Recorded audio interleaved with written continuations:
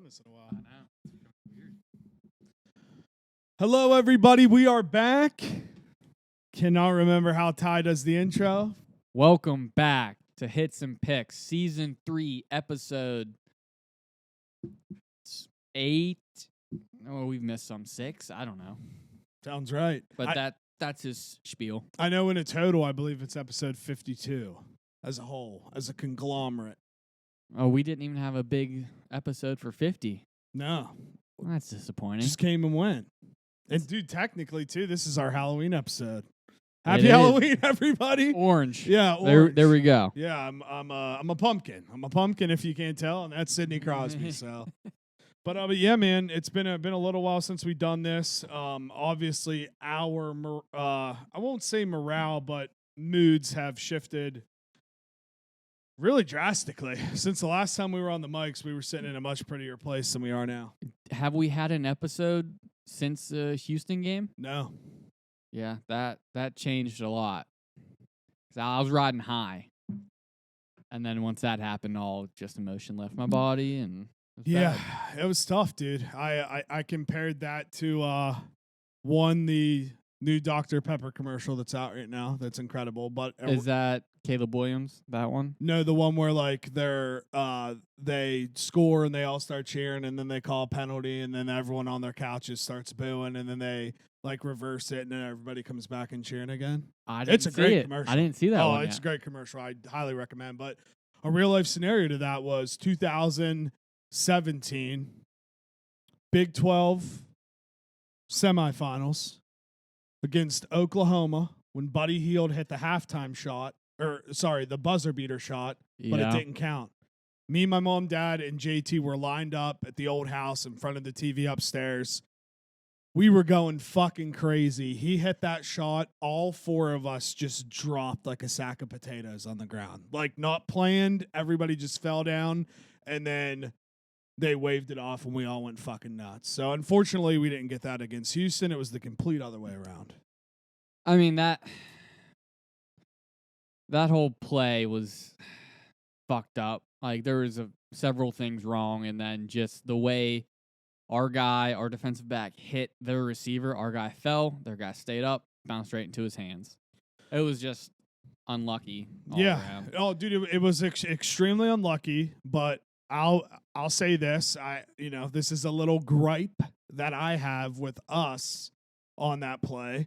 Is as soon as you start playing tackle football, as soon as tackle football begins, as soon as you start playing regular football where there's kickoffs, kick returns, punt returns, and Hail Marys, you are taught, let's say in the 4th grade, whatever it is, you never try to catch a Hail Mary football. You always bat it down. Yeah. We could have had Cole Taylor back there. There are personnel things that you can argue, but at the same time, I'm not saying it would have changed anything, but the guy he was trying to catch it. And that's why it like fell in the dude's arms. If you just smack it down, it's a whole different trajectory of the ball, and I don't even think it would have hit him.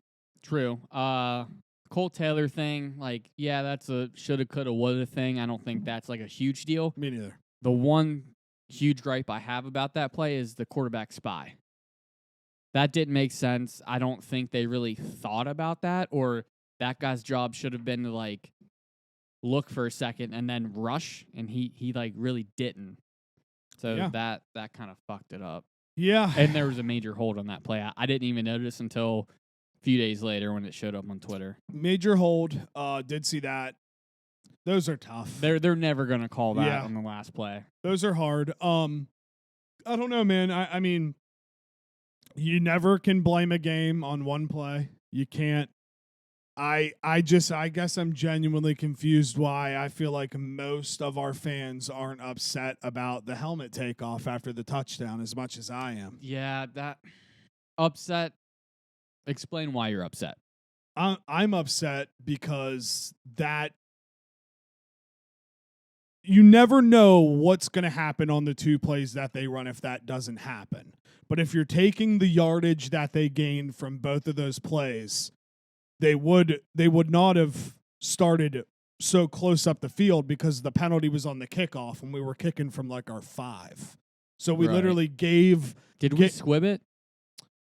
I don't think so. No, Okay. we gave them extra yardage to begin with, so the kick return's already set up at least 10 yards, and then whatever he gained on the return. Whereas if that 15-yard penalty doesn't happen, the kick is normal. We probably kick it out of bounds, and they start at their 25. And I think they didn't gain that much yardage to where that Hail Mary then went from a 50-yard pass to it would have probably been like a 70 to a 75-yard pass. Right.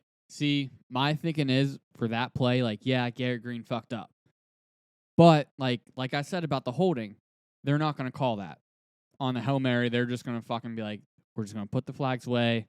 9 times out of 10, they knock it down, whatever. Like, I don't think you call that unsportsmanlike penalty for taking your helmet off when he just threw a Hail Mary, not a Hail Mary, but like a huge touchdown to.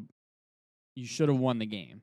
I'm not going to sit here and say you're wrong because your mindset philosophies is correct, but that has been the one penalty all year that they're hitting so hard. Which it's kind of weird how hard they're hitting it. Well, every year I feel like they have the one penalty right that stands out the most, and for some reason this one is taking your helmet off when you're not supposed to, whether it's a touchdown after a big run, whatever. I've seen it called multiple times and not even in just WVU games. So like NFL too, they're hammering it. But yeah. that Sunday before that game, I think Steelers were playing somebody and someone took their helmet off like right after the play, and he was talking to the ref, and the ref said, "Put your helmet back on." Yeah. And I was like, "Fuck! I wish that would have happened in our game." Yeah. So the helmet thing's the hot button issue. I agree with everything that you're saying. Just like being a football guy, and I know Garrett Green's a football junkie, you have to, unfortunately, even though you haven't been, you have to act like you've been there at that point. The game is not over yet. True. Yeah. There's still 15 seconds to go. I get celebrating on the 12. sidelines. 12 seconds. That's right. 12. I get the sidelines. I'm not talking about not acting like a goof on the sidelines. I'm just talking about on the field in the heat of the moment. But again, you can't just blame it on him. I mean, we let them score 41 points. Thankfully, our offense was rolling enough to even get us to that point. But I did see some wild stat of our offense efficiency when we're behind. Oh, yeah, I saw that. Versus when we're winning. It's insane. It's insane. I mean, it's like 8 touchdowns to 2 when we're losing, and then winning, it's like 1 touchdown to 5 picks or something crazy. Well, like, so for WVU, teams prepare to guard against the run. So when we start passing, they're like, oh, shit, like, we didn't really prepare for this. Yeah. And are we a passing team now? I mean, I don't know. I know it's crazy because we are sitting here at 4-3. We still can get a very good finish, like an 8-4 finish. And that would be a win for the year. 8-4 finish to me would be a good finish after the first 4 years. 7-5. I'm just happy we're 7. I'm just happy at that point we don't have a losing record, but that doesn't really cut it for me. So I don't know, man. I don't know. I'm so bummed and defeated in football right now because these last couple of years for me have been brutal, bro. Like they brutal. have been. So it's tough. I think the Oklahoma State loss was worse. Yeah, you have to win your home games. It was at home, and we just forgot how to stop the run. Yeah. I mean, that guy was good, but they literally just forgot how to like stop him. I mean, and tackle. I feel like the TCU defense just disappeared. Like, yeah. Well, we did have some injuries. That doesn't help. Yeah, I don't know. 2 linebackers are out. Yeah.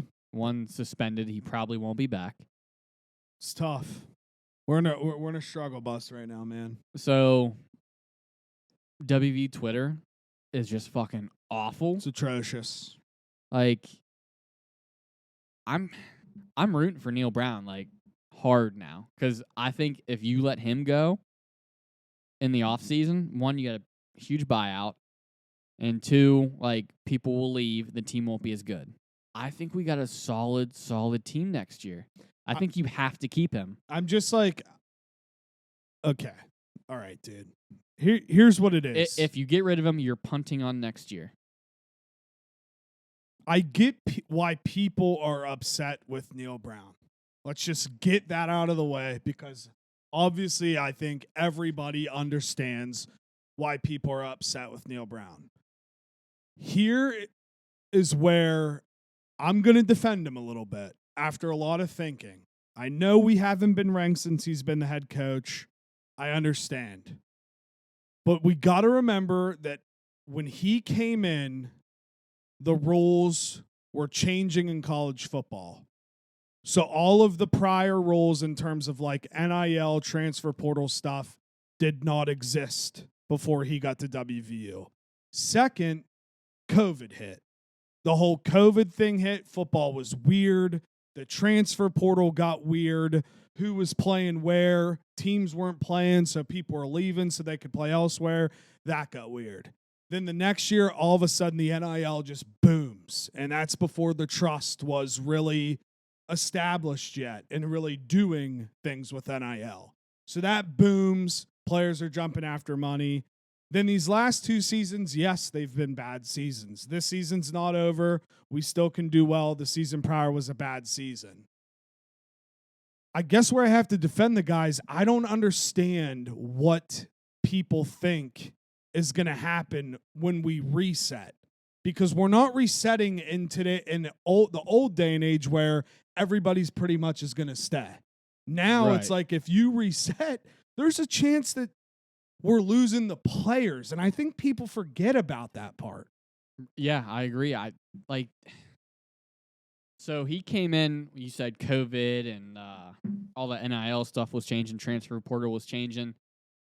And what makes a huge difference is that was his first Power 5 job. 100%. Like maybe if he was Power 5 before that, it would have been smoother. So like he was going to have bumps in the road anyway, and that kind of added to it. So, I mean, I think he still has a chance to be pretty decent now. I do too, man. Like everyone hating on him makes me like him, actually. Everybody hating on him honestly makes me hate WVU fans. They're pretty bad. Because like I think we're to the point now to where I understand the hate, like if you want to go into the season hating him, but don't come switch up on my side when we're sitting there at 4-1 and everyone's like, trust the climb. We're sitting there for second. We're tied for this. We're tied for that. We can beat anybody. All those people flip-flopped. And now all of a sudden you're flip-flopped right back. Like you really got duped from 5 weeks, and then now you're back on this hate train when quite literally 4 weeks ago, everybody was trusting the climb. Oh, 100%, yeah. Regardless what people want to act like, everybody was like, oh, fuck, the climb is here. So I don't know. I'm very frustrated with West Virginia Twitter's, social media fans, whatever it is.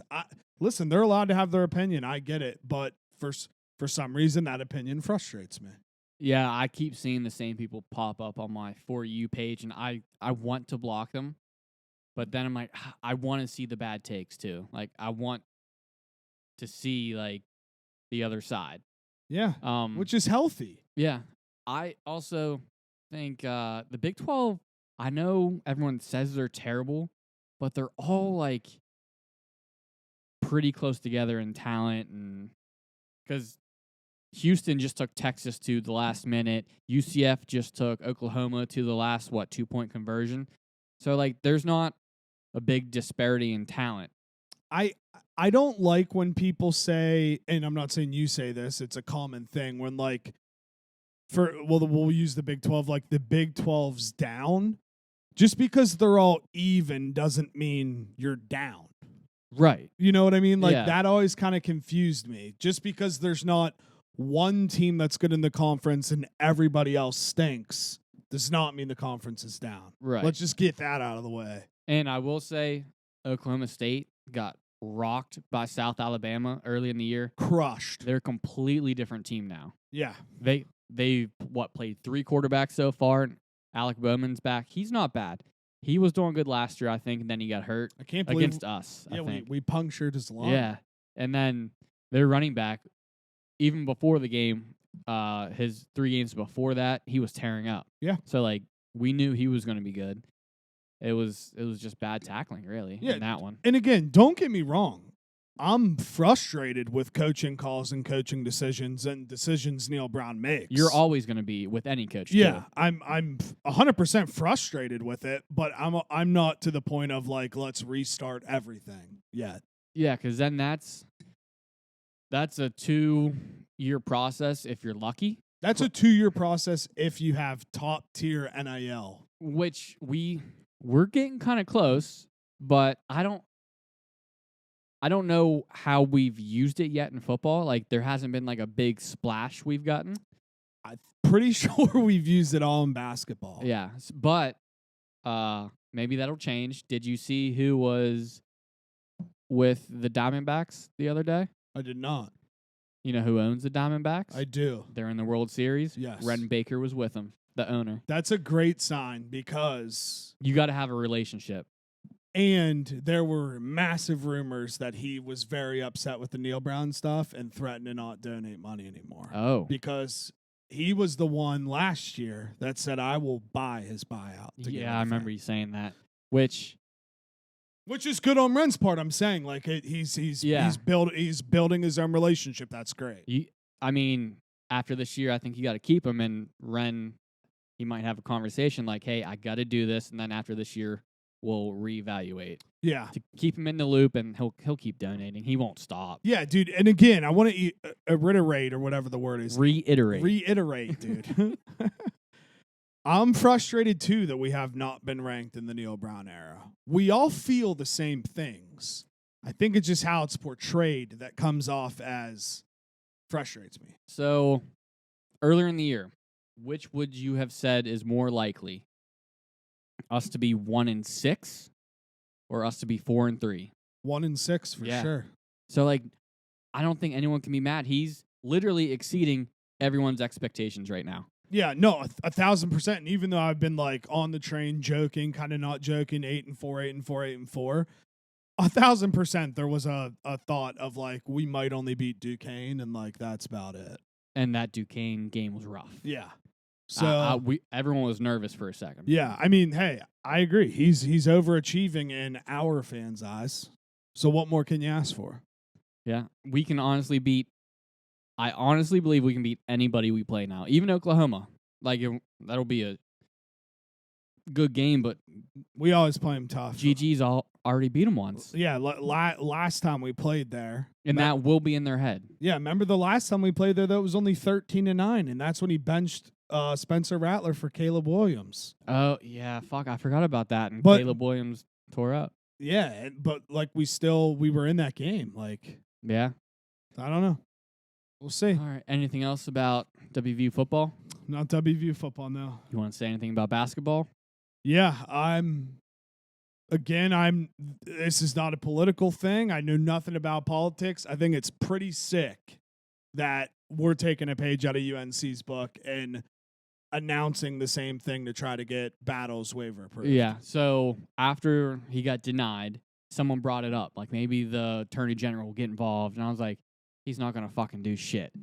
I mean, and I was surprised he said something. It could be like a play, like he wants to get in people's good graces, but it's worth mentioning that like NCAA might see that and be like, okay, you can go. It worked for Tez Walker. And he's a dog. It worked for Tez. Literally, I think he had a better case. But I think the only thing that they said is like, we can present more stuff and you need to present more stuff on why you can't. And I think we could build a case for Battle.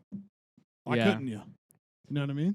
Tez had a better case for sure, but like it's just hard to tell a kid like, no, you can't play. Like he was at fucking Montana State. Yeah, dude. So like, let him go. I'll make the case because for some reason I'm just on this big like indigenous Native American wave since my conference. You're not going to let an indigenous person transfer and play somewhere else where he wants to play? That's pretty bad. I'm interested. Like, it's never going to come out, but Eilert's been hammering, like, he needs basketball. Yeah. So, like, I mean, he might have some, like, shit going on to where, like, he really needs it for a year.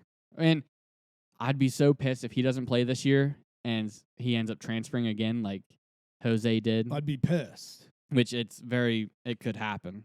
But he's the scorer next year, so I don't think that would. Dude, literally it was tight. There, I heard Seth, our man Seth, Bulldog Seth Wilson, our guy, dude. Seth, you are our guy, bro. You are my favorite player to watch. You've been my favorite player to watch. He's a starter now. Oh, he's a starter, dude. And it was funny. They asked him some kind of question about Kerr, and he's like, it's, I can't remember how he worded it. Like, it's weird now because now I have to pay attention from every angle for a pass to come. Yeah, because he's just going to throw some wild behind the back shit all the time.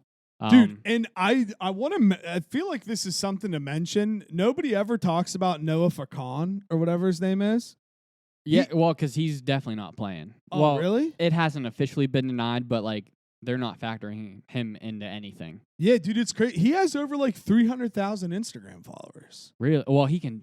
Have you seen him dunk? Yeah. Oh, he's sick. Yeah, so dude, that'd be sick if he could play. Can you imagine him dunking in the Coliseum in a big game? Place would fall down. Also, Cooper Flagg, #1 recruit, announces tomorrow.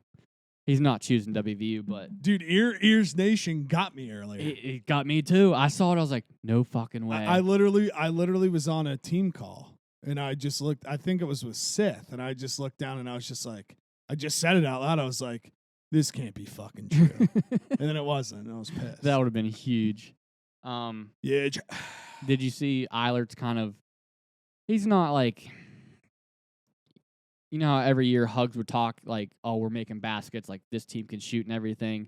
Eilert's kind of like dialing back everything. So like you don't get your expectations too high, which I kind of like since he's like a first-year head coach. Like if you set the expectations so high, like people are going to be disappointed. For sure. And dude, I don't give a fuck. Quit calling him the interim head coach. He's the head coach for this season. Just call him the head coach. Yeah. Interim pisses me off so much. I feel like it's very downgrading. And like he's the head coach. It happened in what, June or July? Yeah. He's the head coach. Unless that happens like literally right before the season, then okay, interim, but like he's been the head coach like all year basically. All year. I'm riding with the guy. Honestly, I am pulling for him heavy. Obviously because it's WVU, but I love the staff that he brought in. I love that he brought a young staff in. Good-looking guy, too. Good. That's big. That's big. That's big. Smoke. Head coach is a smoke. Honestly, all the coaches are smokes. I don't think we have an ugly coach on the bench. Yeah. Maybe Everhard, whatever. That Ron Everhard, old guy. He might not be. Oh, well, yeah. I mean, you got to have one seasoned you gotta guy have in one there. in the bunch, yeah. You know? One guy, he's been a head coach before, right? I think he has. think so. He was a head coach somewhere. So like that's good to have. Yeah. So I don't know. I'm pumped about the staff. I think we got connections now. Like we got current NBA players, we got NBA execs, we got head coaches. I don't know, man. I don't know. And basketball school. You can't rule it out. Like people are going to be entering the portal during like probably the next month or so. Like there might be one big name out there and we're going to go after him. Dude, who? He said we don't have the depth we had. Well, dude, yeah, there's only like 7 or 8 guys, I think, right now. He said 7 or 8 and because we lost 2. Yeah. 2 starters. That's tough.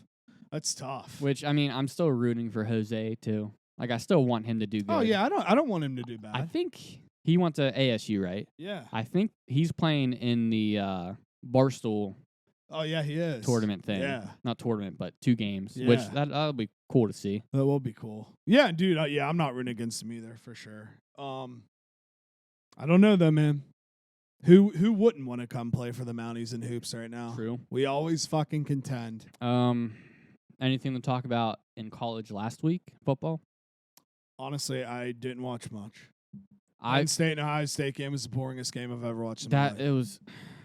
Drew Allard didn't look good at all. That was the most boring game. Honestly, Iowa games are more fun to watch than that. Did you see the Iowa score 12-10? Fuck yeah, dude. Me and Dustin were watching it at the reception because we were going nuts because like, yeah, that dude wasn't trying to fair catch, but that was a fair catch. He's running down like this. Like what What are the refs supposed to take that as? I didn't see it, but I heard a lot of people like talking about it. I mean, dude, if you're an Iowa fan, I understand why you're mad. Are you an Ionian? Probably, yeah.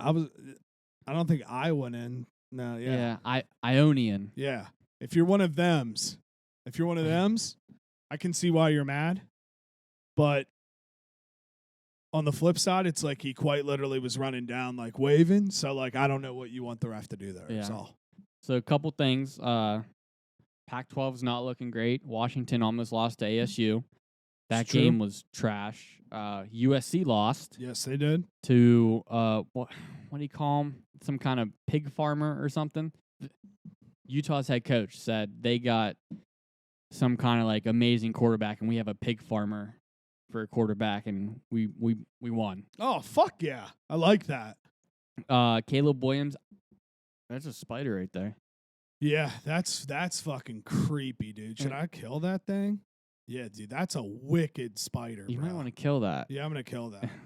Okay, so Caleb Williams, I'm kind of tired of people talking about him as a generational quarterback. Like, he's a sure thing.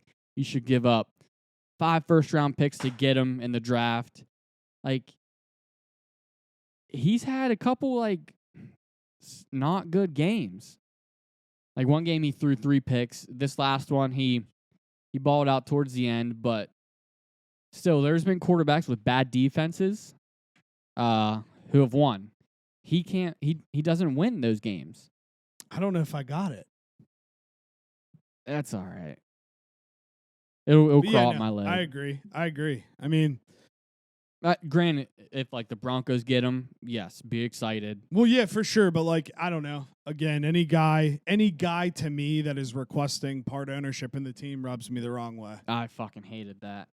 But like Joe Burrow, his team gave up a ton of points. Yeah, but he pulled it off. Caleb Williams, he has not as much talent as Joe Cool did. Not the Joe Cool, but Joe Burr. Joe Burr. But he has fucking 4 number 1 receivers basically, and he can't get it done. Yeah, I'm interested to see how he takes the rest of this season too, because he's not playing in a bowl game. Yeah, I know. I for hate sure. I hate it. So yeah, I guess we'll see. I was very high on the Caleb Williams train, but I think I might have been wrong. Currently, also UNC just fumbled like their whole season, losing to one of the worst teams. They got smashed. What was it, 31 something? Wasn't it like 31-0? No. Like they put up points. Tez Walker had a huge game again, I believe, like 100 some yards with a touchdown. But they literally have no defense, and Virginia's not that great. No, hasn't Virginia only won now 2 games?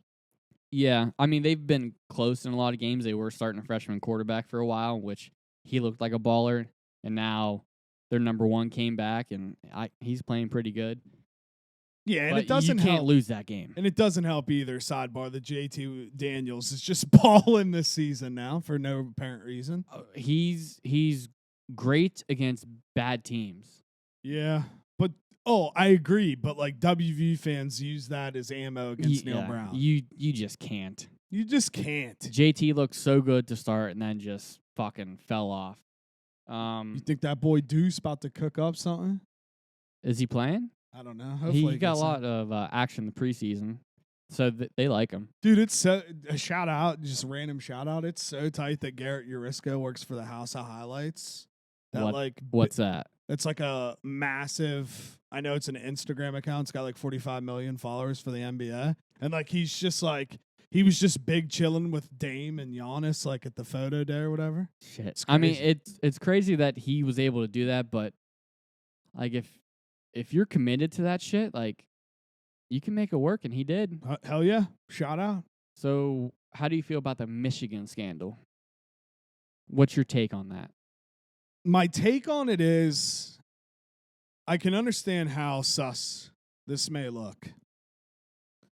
On paper, when you read it, how it reads, it looks bad and it sounds bad. And the things that are coming out about that guy going to all those games, not a good look.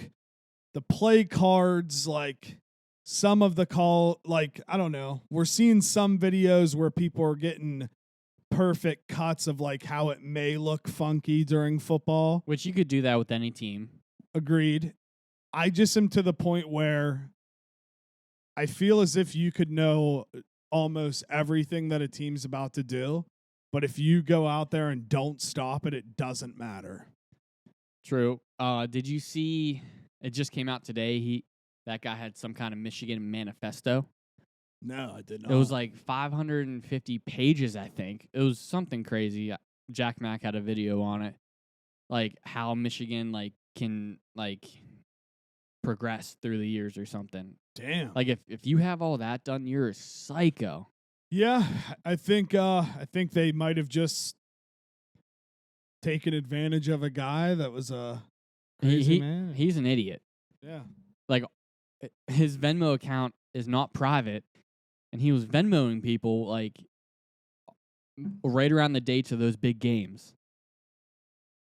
Hey, YOLO. I think you got to punish him more for making it so obvious. Yeah. Like you just have to be like, we're gonna lay down the hammer because you're so fucking stupid. Yeah. When everyone else probably does it, but they're smart about it.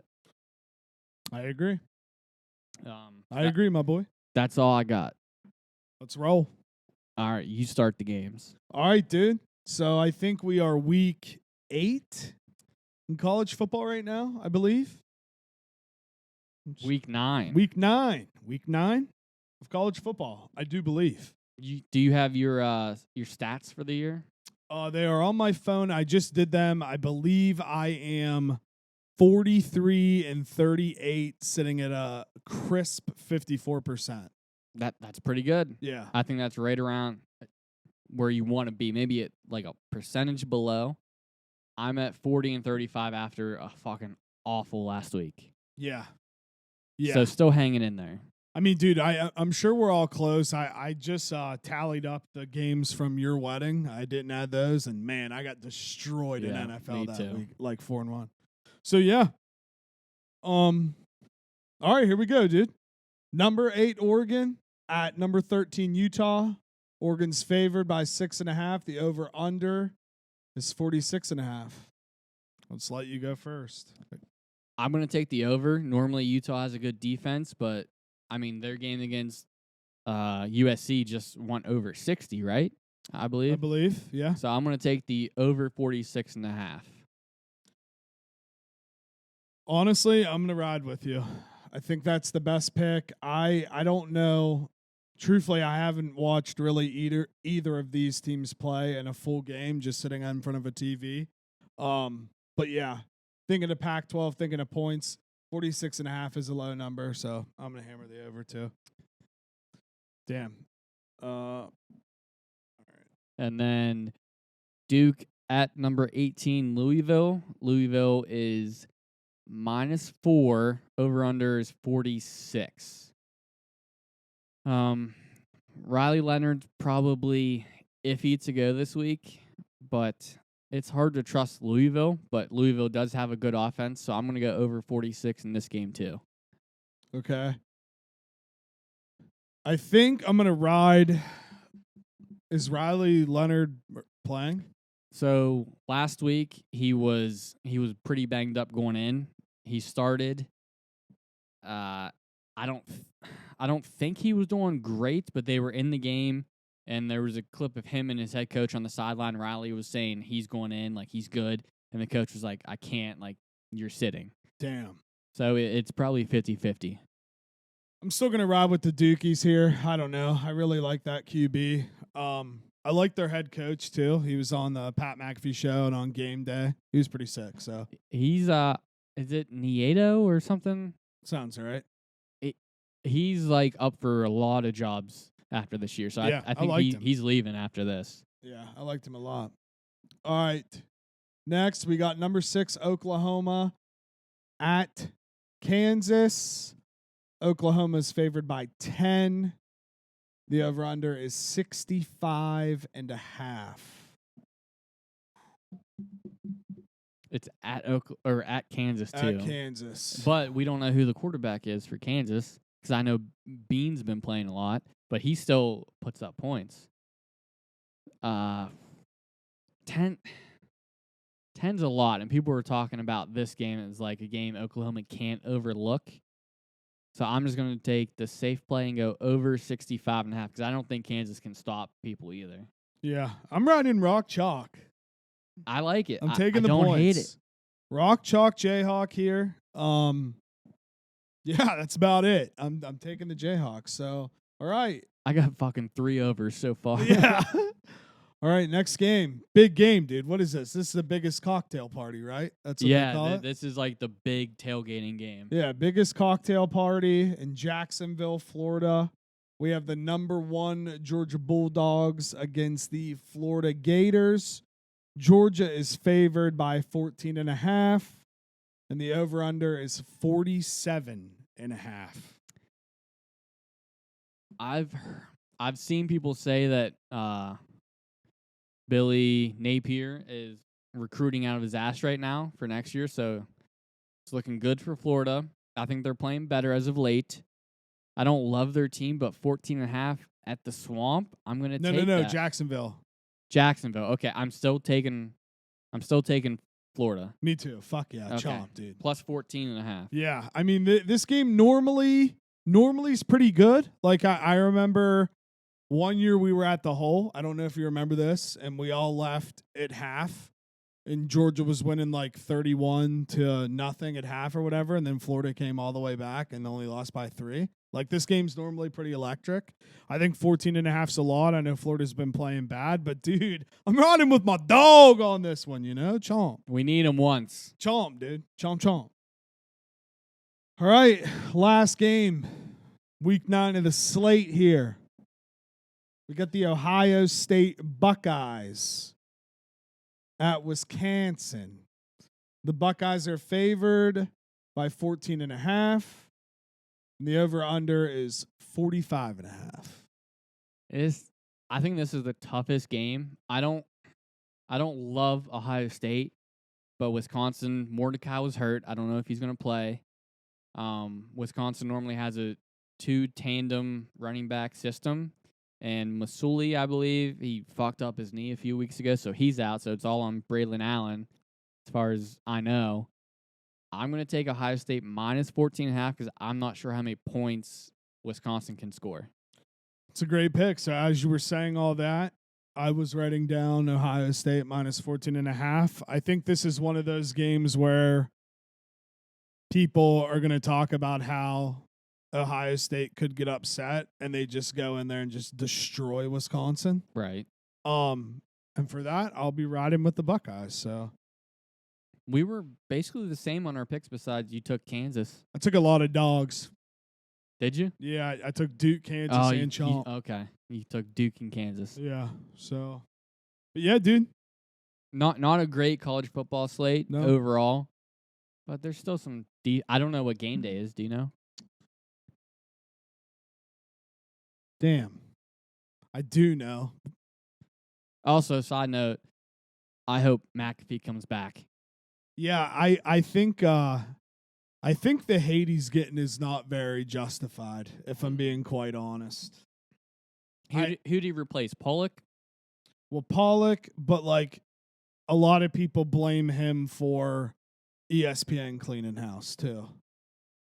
I mean, they were going to go a different direction no matter what. Yeah. And he's the hot name. Yeah. So, I mean, dude, again, I love Pat McAfee. Obviously, there's a bias here. I think his show's phenomenal. I love him on game day, too. Yeah. Like, Corso isn't really part of it anymore, besides, like, the picks at the end. Yeah. So, like, they needed someone to step up, and he's doing it. He's doing it, man. Shout out Pat. Shout out that guy. Any other college things you want to touch on? I don't think. I think that's it. All right, dude, let's kick it over to NFL Week 8. You can start your little recap if you would like. I didn't get to watch a whole lot of the Steeler game. A lot of shit going on last week.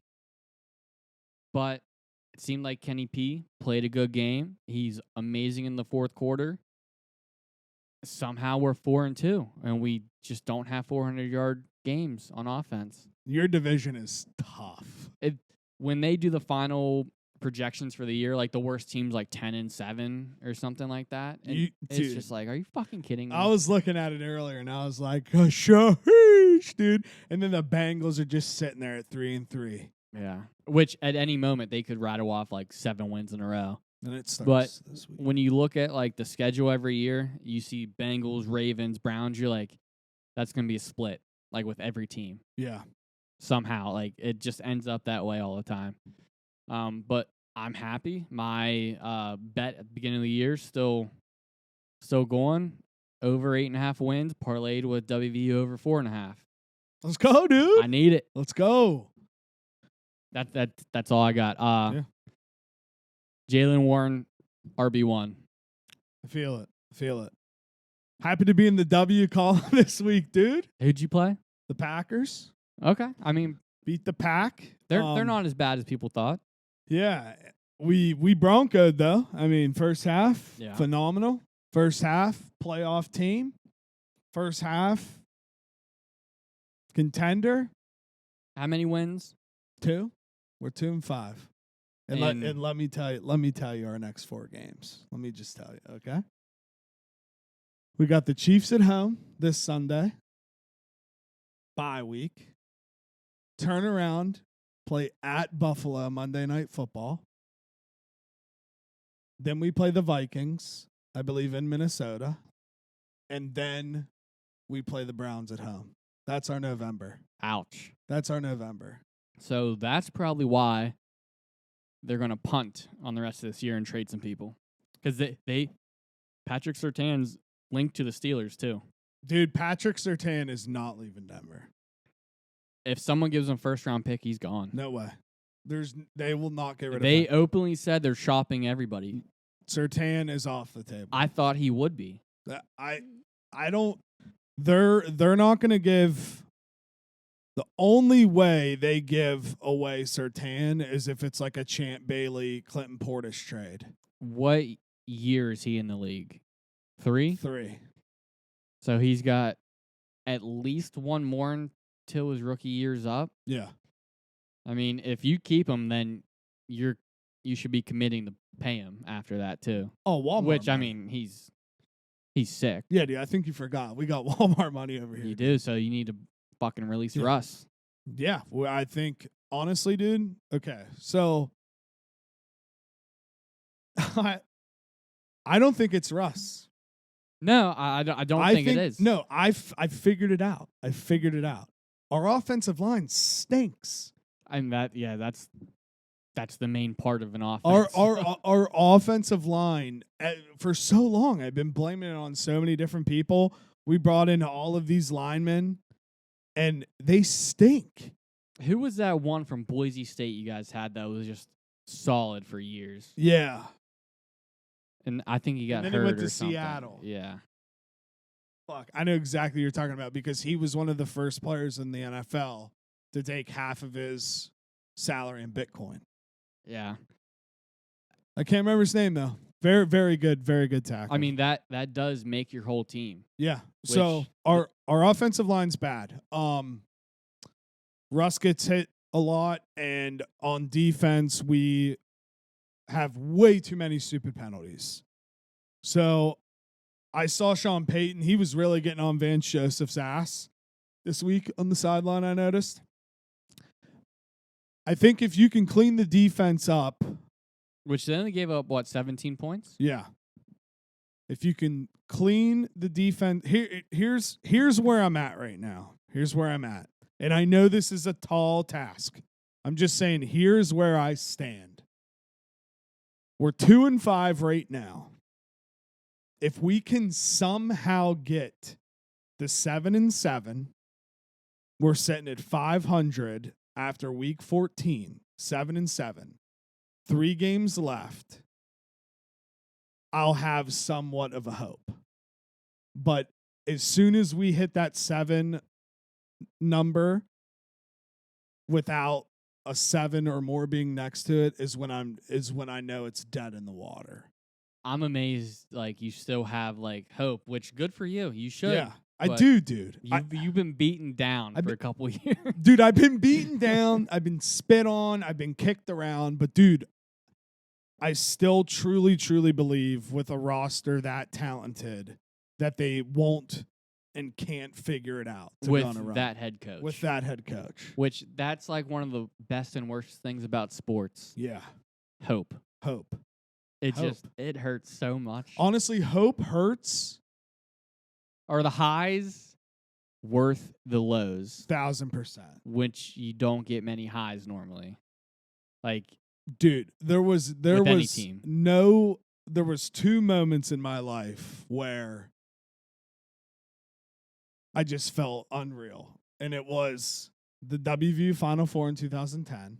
And I was very young for that, but I still had that like incredible feeling of like proudness. And when the Broncos won the Super Bowl. That was after the year they got blown out too. Yeah, so they got blown out in 2013 and they come back in 2015 and win it all. Because was that 43-6 or something? Yeah, they got destroyed. Amazing. And Russ, it was Russ. Yeah. So but like that was so long ago. So yeah. And then we won the Super Bowl, spend all that money on defense. That feeling of like that whole next year is there. I would rather lose for 20 more seasons knowing that I'm going to get one Super Bowl than being average and never knowing if I'm going to get one. Yeah, which that's like a hypothetical people give out all the time. But like so when your team wins a championship, I feel the build up to that is so much greater than that like satisfaction after it happens. 1,000%. Like with the Penguins, every time they've won, the playoffs were like for a month and a half, you're like riding high, like ups and downs when they win or lose. And then once it happens, you're like, we fucking did it. And then it's like, okay, what's next? Yeah. I know. Which is weird because like you should just be celebrating that moment, but then you're like, okay, like now what? Yeah, I guess the other slight is you've felt it more than me in that aspect, but I know the one where we won, like nobody was giving us a shot. Everybody had Cam and the Panthers rolling us, bro. Yeah, I remember that. Like everybody had them destroying us, and then the sheriff played. He did what he had to do, but Von Miller, my ex guy, my ex rider, my ex homie, we used to be boys back in the day. He put on a show. We won that Super Bowl because of Von Miller, and that's what was cool about my specific Super Bowl is mine was won legitimately on how incredible that defense was. So Von Miller was a huge player for how many years? Like 11, 12. So like years down the road, do you retire his number? Or like have some kind of like ceremony when he's brought back and everyone applauds? I think you have to for sure. Once it wears off, like the hurt and everything. For sure, yeah. No, I feel like you have to. Okay. Yeah. He did a lot. He did a lot. Shout out. Shout out, buddy. Still hate you. Shout out, but I hate you now, dog. It's on site. You feel me? All right. We got the games. First game. The Rams are heading down to Texas, the Jerry World, against the Cowboys. The Cowboys are favored by 6.5 at home. The over-under is 45.5. Brady, what is your pick? I mean, typically, like I like to bet the Cowboys just because I feel like their offense should be elite. But I think the Rams always like surprise people, at least this year. Yeah. Like you don't think they're going to be good, and then all of a sudden, like Puka Nacua comes out of nowhere, does good. Kyron Williams does good. He's hurt now, so that kind of sucks. And if it's true, he's a quarterback on season 2 of QB. Stafford, yeah. So I like the Rams. Even they just lost to the Steelers. I think they bounce back and they at least cover in this game. So Rams plus 6.5. I'm riding. I don't have anything else to say. You can announce this next one if you would like. Next game is Jaguars at the Steelers. Jaguars are favored by 2.5. Over under is 42. This game's tough. So Jags are favored 2.5 at the Steelers. Typically, the home team's favored like 2.5, 3 points, something like that. But if this was at the Jags, I feel like they'd be like -6.5 at least. Agreed. It'd be like a little bit more. I'm just gonna take the over 42.5. I think that's too low. Steelers they're so hot and cold on offense, but Kenny P's been playing a little bit better. So I'm gonna take over 42.5. I think they put up some points, and the Jags have a decent offense too. So I look at it like this. This is how I look at it. You got a team that is somehow, by the skin of their teeth, sitting at 4-2. Somehow. it's amazing. Nobody knows how. Nobody understands. Nobody will ever get it. But growing up around this area, I know that's just Steeler luck, dude. That's just how it works. Yet they're still sitting there. They're still battling. They're putting it together, and their offense is starting to roll. And they have the best football player on the planet right now. And he's the reason they have a winning record. Yeah, that happens to be a defensive monster, which we all know. Defense wins championships. Correct. It's easy. Steelers and the points at home. Are you kidding me? Yeah. Are you kidding me? I like Trevor Lawrence, but I don't think he's going to play as well as he could away at Acrisure Stadium. It's different there. I've learned not to think about the NFL like I think about college football. The college football, there's a little more that goes into it. The NFL, I need to keep it simple. And the simple stat for me is Steelers points at home against a good team that could very well shit the bed on Sunday at any moment. Yeah, they're still the Jags. They're still the Jags. There it And, is. I mean, There it is. have you seen the stats when TJ Watt is playing versus when they don't? It's night and day. Which no one player besides a quarterback should have that influence.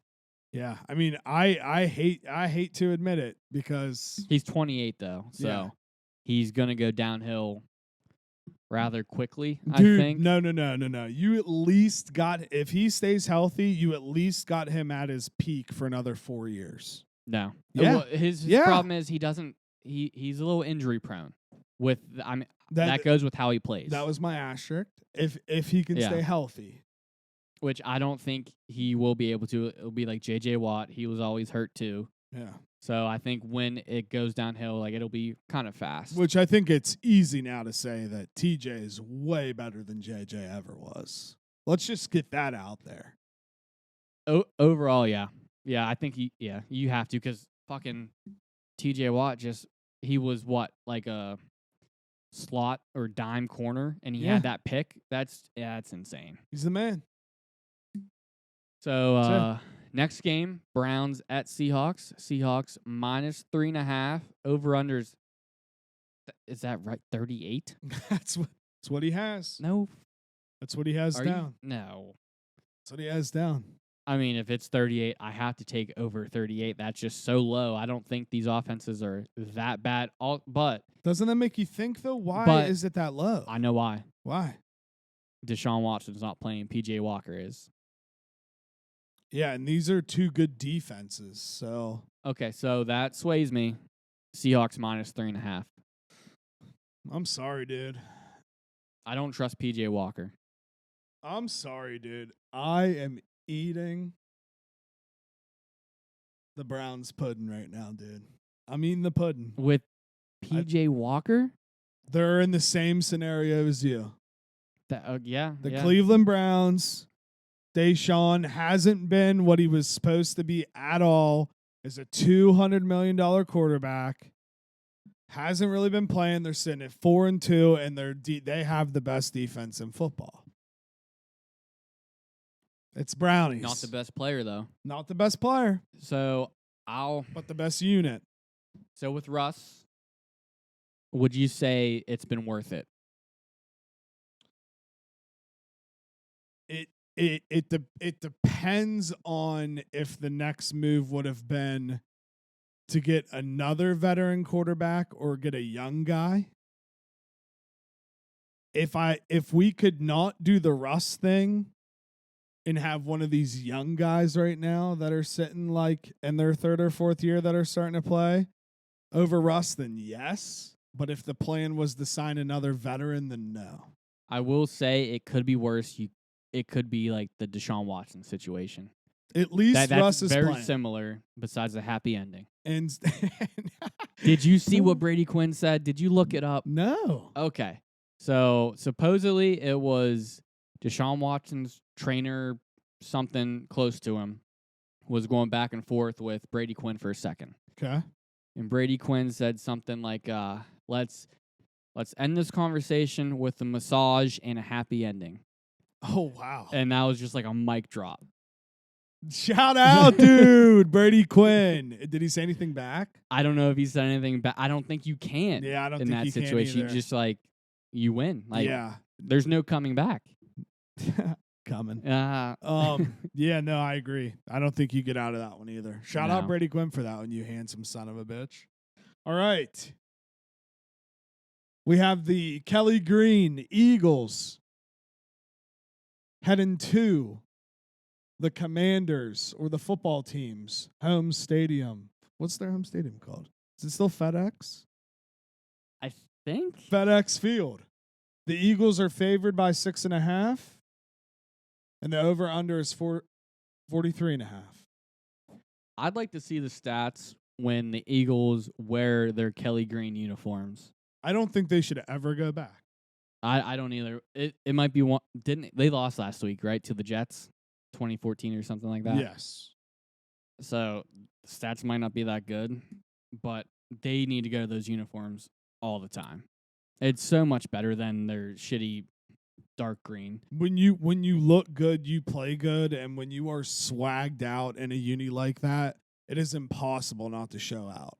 So when you're swagged out in a uniform like that, do you think the players focus, not like focus, but like they play into that a little too much and like they're not as in tune to the game and they lose like they did to the Jets? I don't know, dude. The Penguins do it all the time. Yeah, I mean, yeah, I guess that's true. I don't know. I'm a football guy. I think in football, sick uniforms normally translate into success. Okay. I'm gonna take Whoopee. 6.5 is tough. I'm gonna take the Eagles minus 6.5 away. It's a great pick. That's great my pick. That's my pick too. It's what I also have written down. All right. It's a great pick.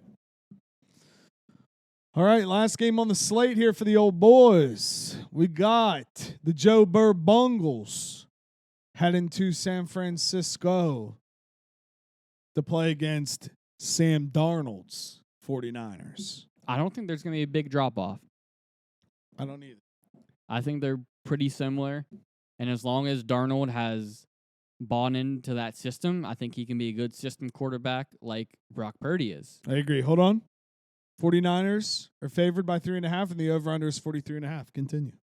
Give me the Niners minus 3.5. The Bengals have been iffy most of the year. I think they are playing better. Joe Burrow's getting healthier. He's probably not 100% yet, but, I mean, Calf is just a machine. Devo is probably still out, but they still got playmakers at tight end and wide receiver, so Niners minus 3.5. This is the week the Bengals turn it around. I wouldn't be shocked. This is the week. This is the week. And if it's not the week, they at least Then cover. next week is. Yeah, and next week is. I'll be taking the Bengals plus 3.5. Go Joe B. Joe Burr. So that's our 10 games. That's our tenor. You got anything else? WVU hockey jerseys, sick. Those are dirty, and they're socks too. Like normally you don't do very much with those, but they took the trees from the top down onto the socks too. So I love that. Sick. Got the state on the chest. That looks really good. There's like the hills carved out by like the Right. light blue. It's sick. I mean, best WV uniforms in any sport of all time. I think so. Which I don't think there's a set that beats that in anything. so Even there's basketball. we don't have a set like that this year for football, right? We wore grays, didn't we? We might have one game, but it wasn't like the Cole uniform No. or anything. We need something like that for next year. I think that'd be a good idea. Dude, people were shitting on it, and I knew people were gonna shit on it. But there was a camo set. I saw that was like AI created. I thought it was tough as fuck, dude. Everybody was like, no, fuck no, please no. And I'm just sitting there like, yes, please. That would be dope. I'd have to see the final uniform that they come up with, but I don't know if I like playing into that like West Virginia thing, like with the Why, camo. dude? I like the Cole stuff. That's all good. I don't know if I like the camo. Why, bro? I'm open to seeing a uniform though if they create one. Okay, respect.